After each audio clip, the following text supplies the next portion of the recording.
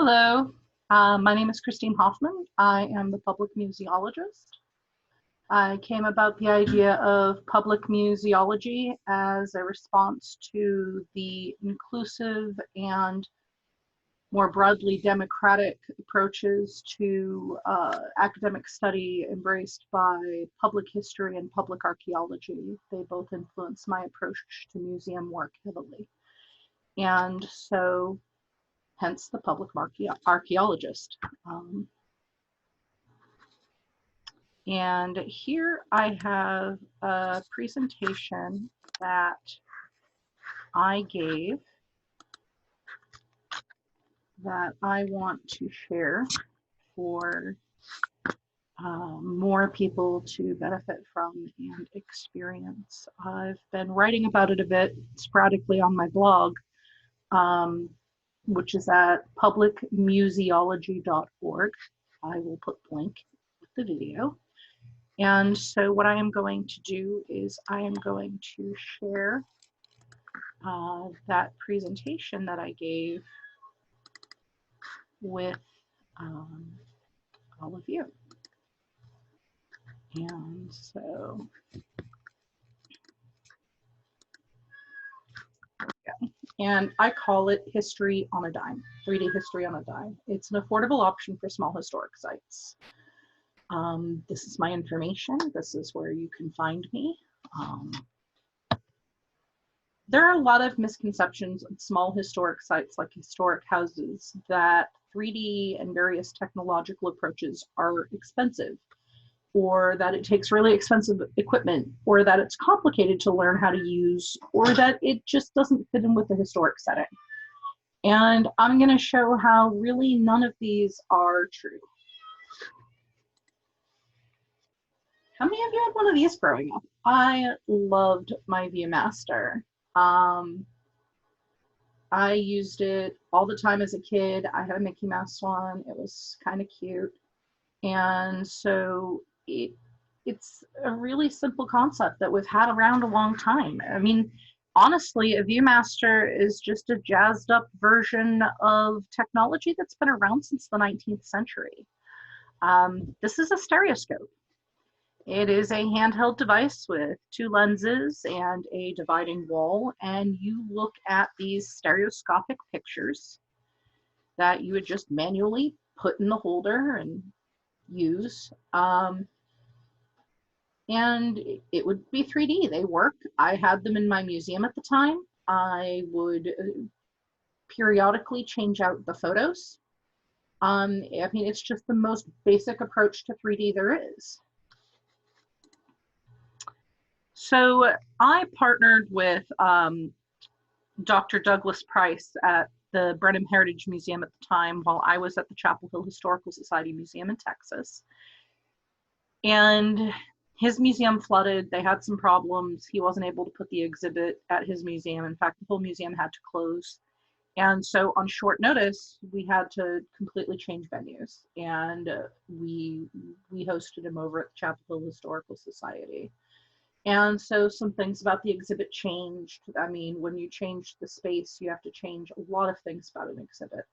But we were discussing, he had this great idea for trench periscopes, which were, used at the time where, they kind of came up out of the trench and you could sort of see what was above without sticking your own head up into firing range.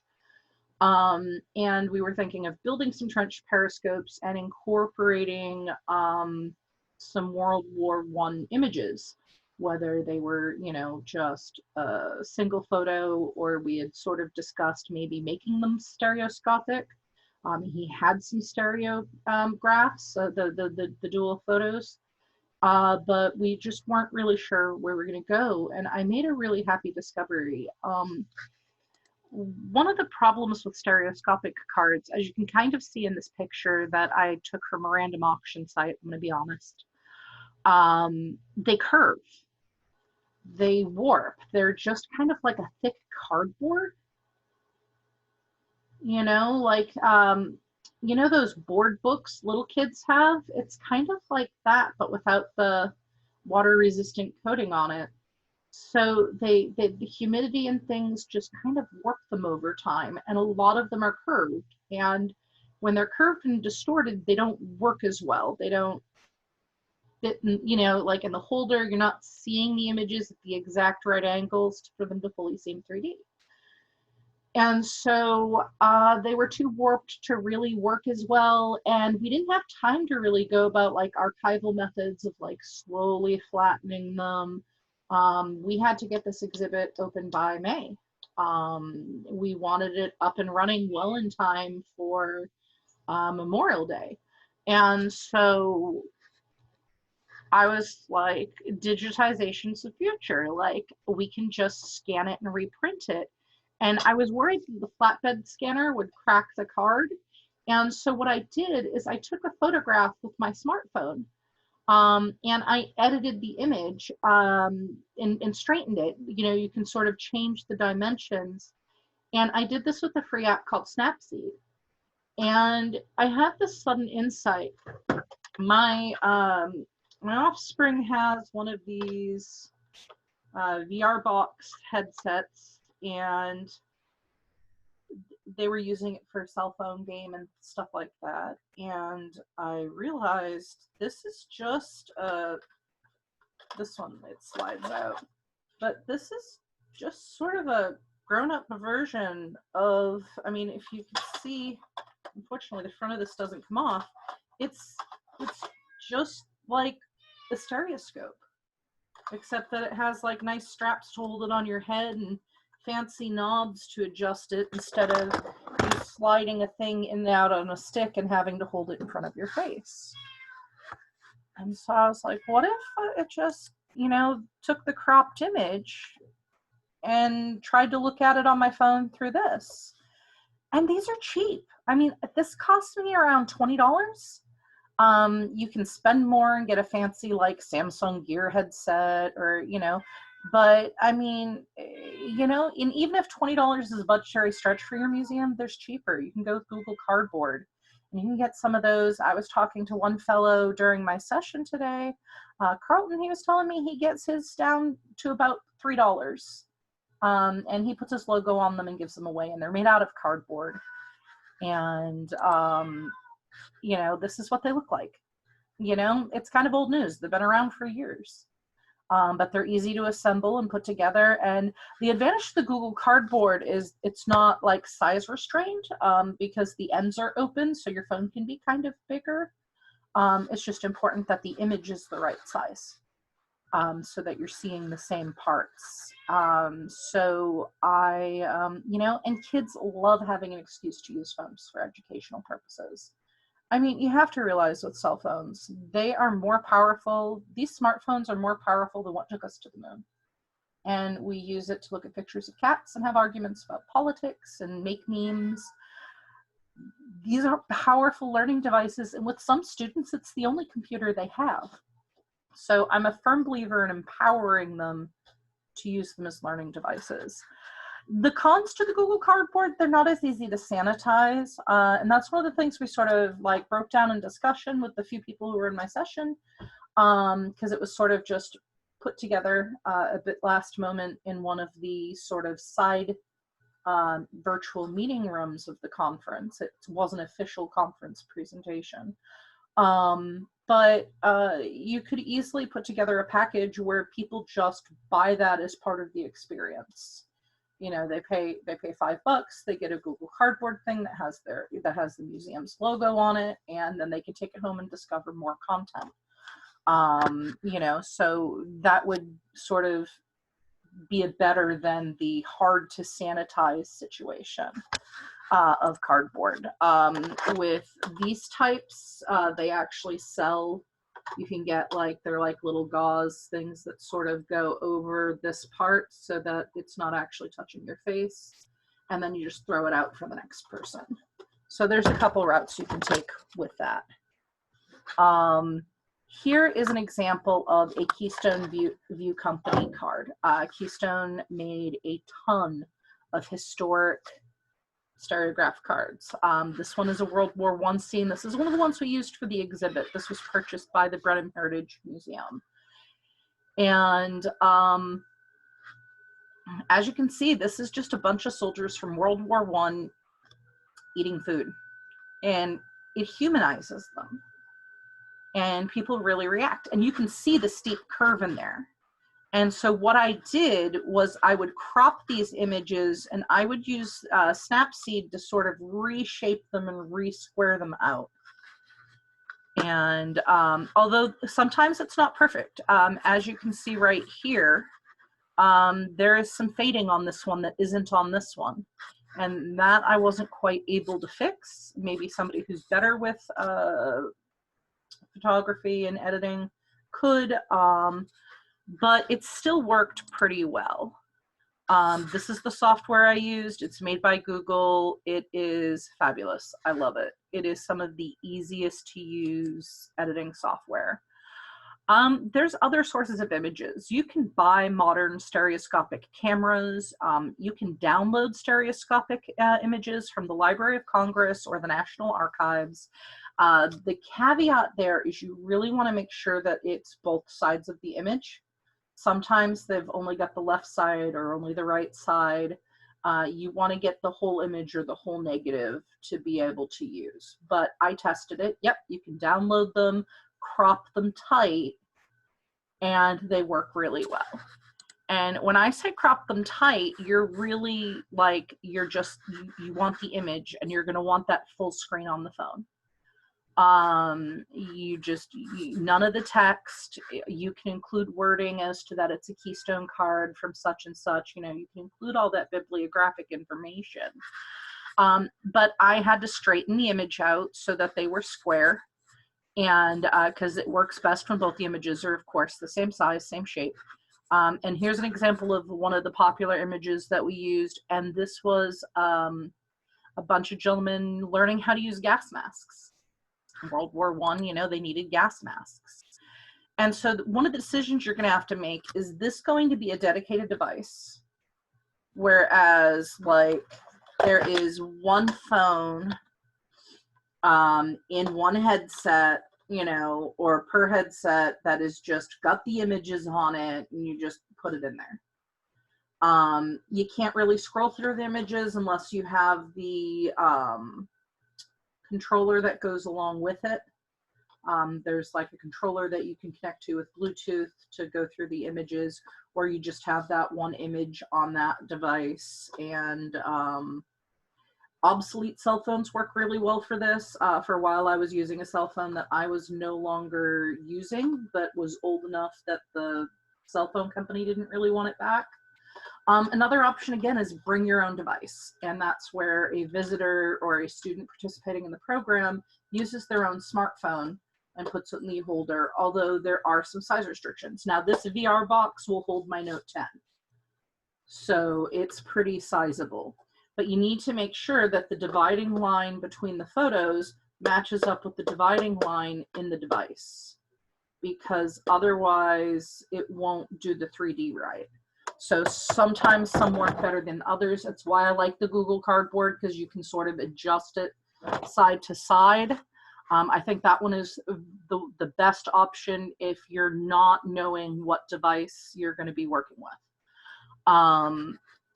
And then you just need a means to distribute the image, like a QR code or a website to download it from, or what have you. Those who used it were really moved. Instead of flat 2D images of people long past, students were more able to connect with them as living human beings, even though they're black and white images. I mean, it looks really good. And it looks like you could reach out and ask them for a cup of coffee. It links modern technology to its predecessors. It lets you teach cross-curriculum. You can discuss technology, science, history, you know, how the device works. And show images, or show them an actual stereoscope and say, like, this is what they used historically, and see how it's very similar, how ideas come forward to the present, you know, what's old is new again. And the images work even better on smartphones than they did in the stereoscopes, because with the stereoscopes and the images, you were using ambient light. and you know, it was all open around the picture. And now with these headsets, it's all enclosed and it's backlit, so it's really super bright. It looks really clear and sharp. So it really just really brings it to life. And there are other good uses in a small museum or educational setting. Here is a YouTube video.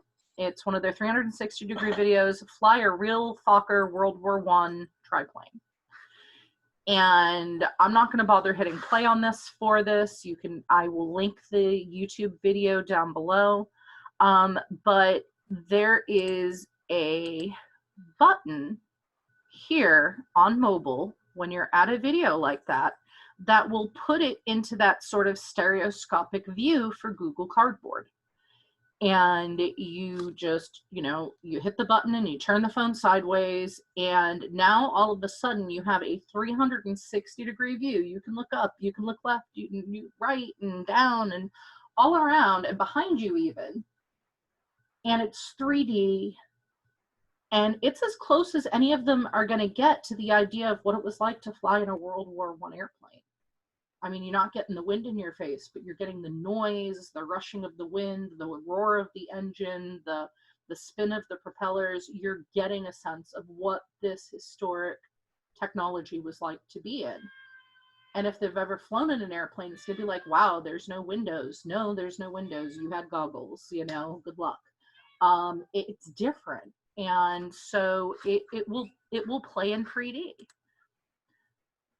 There are challenges. It's not going to work for every site.